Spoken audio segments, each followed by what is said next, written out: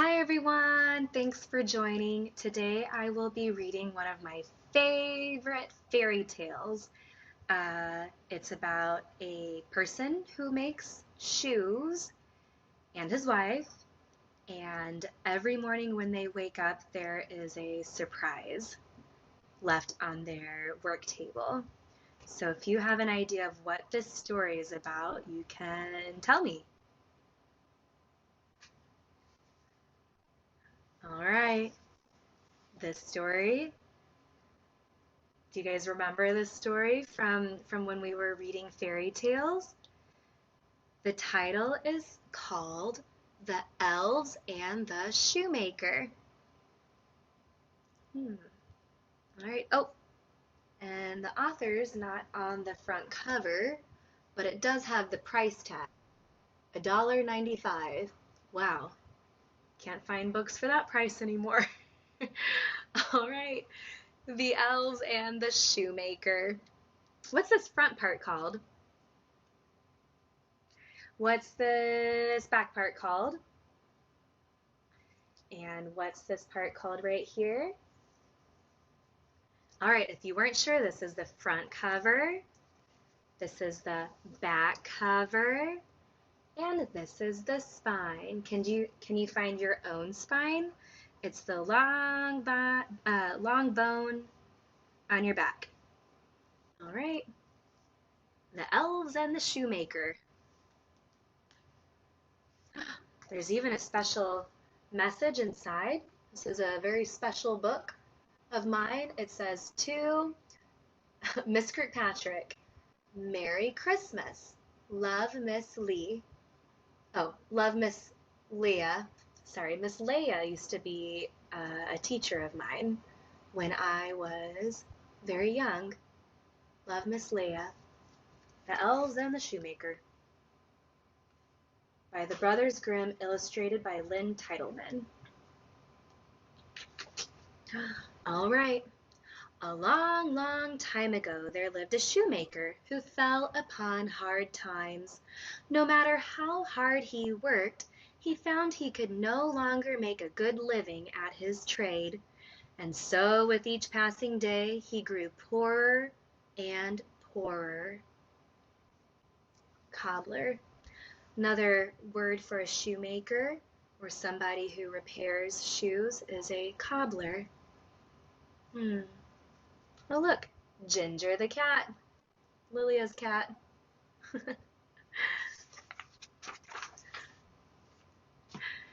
At last the day came when he had only enough leather to make one more pair of shoes. That evening he carefully cut the leather into pieces and laid the pieces on his work table. Tomorrow will be here soon enough, he thought. I will finish making the shoes tomorrow. But in the morning the shoemaker went to his work table and sat down on his bench. To his surprise, the shoes were already finished. He could not understand it. He picked up the shoes and examined them closely. They were perfectly made. Every stitch was just where it was supposed to be. I could not have done a better job if I had sewn these shoes myself, he exclaimed. Do you guys know who fixed the shoes for him? Do you remember the story?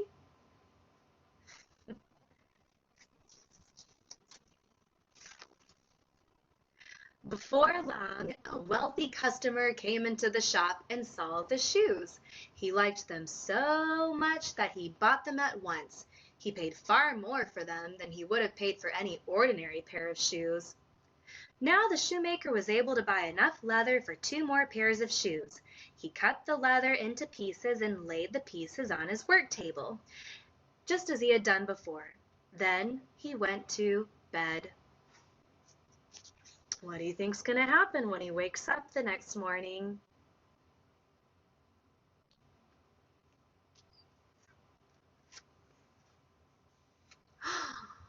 When he awoke in the morning, he went directly to his table, eager to get to work. But instead of pieces of leather, he found 2 pairs of shoes, neatly stitched and finished perfectly. Before long, he had sold the shoes and received enough money to buy leather for 4 more pairs. Which one's your favorite, the yellow shoes or the reddish orangish shoes? Which one's your favorite? I like the color of these shoes, but I really like the detail and the design of these shoes. Lots to think about. The next morning, he found all 4 pairs of shoes finished on his table. Night after night, the same thing happened. Whatever he cut out in the evening was mysteriously sewn together during the night. Soon, the lucky shoemaker was making a good living at his trade once again. So, do you guys think that the shoemaker has more money now? Does he have to worry about money anymore? All right, let's see what happens next. One night, the shoemaker had an idea. He cut out the leather for some shoes and laid the pieces on his table as usual. Then he turned to his wife and said, "Suppose we were to stay awake all night instead of going to sleep. Who knows what we might see? Perhaps we would find out who comes every night to help me with my work."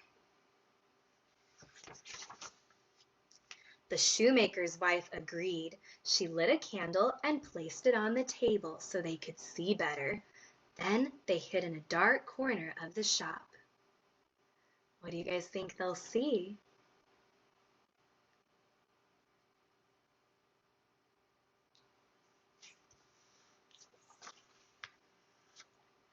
At midnight, way past your bedtime, 2 tiny elves appeared and climbed upon the shoemaker's table. They set to work at once, stitching and sewing, hammering and fitting. How their tiny fingers flew! The shoemaker and his wife could hardly believe their eyes.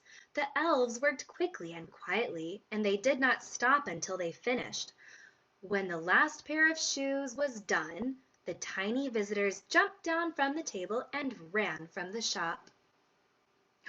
Look at this pair of shoes that the elves were working on. I think these might be my favorite.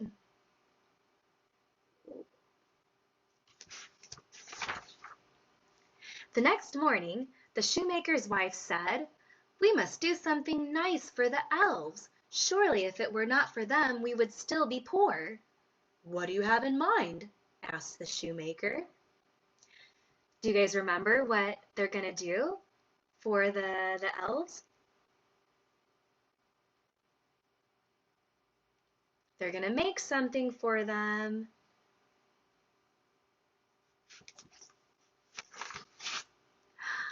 And his wife replied, can you guys see? Ooh. And his wife replied, "It is cold outside, and they should have warm clothing for the winter. I will knit them little shirts and trousers and coats and socks, and you can make them each a tiny pair of shoes." Oh, so cute. "Agreed," replied the shoemaker, and he and his wife set to work at once. By nightfall they had finished everything. They laid each outfit on the work table.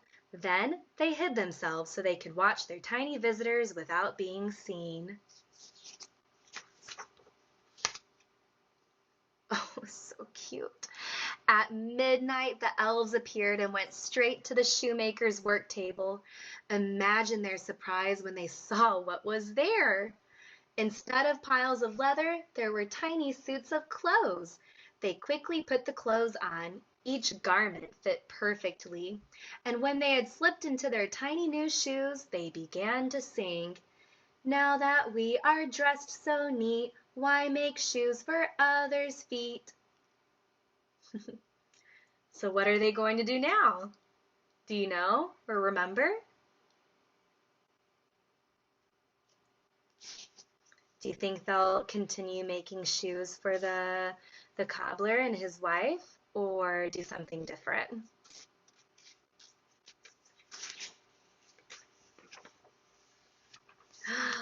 Then they jumped down from the work table and danced all around the shoemaker's shop.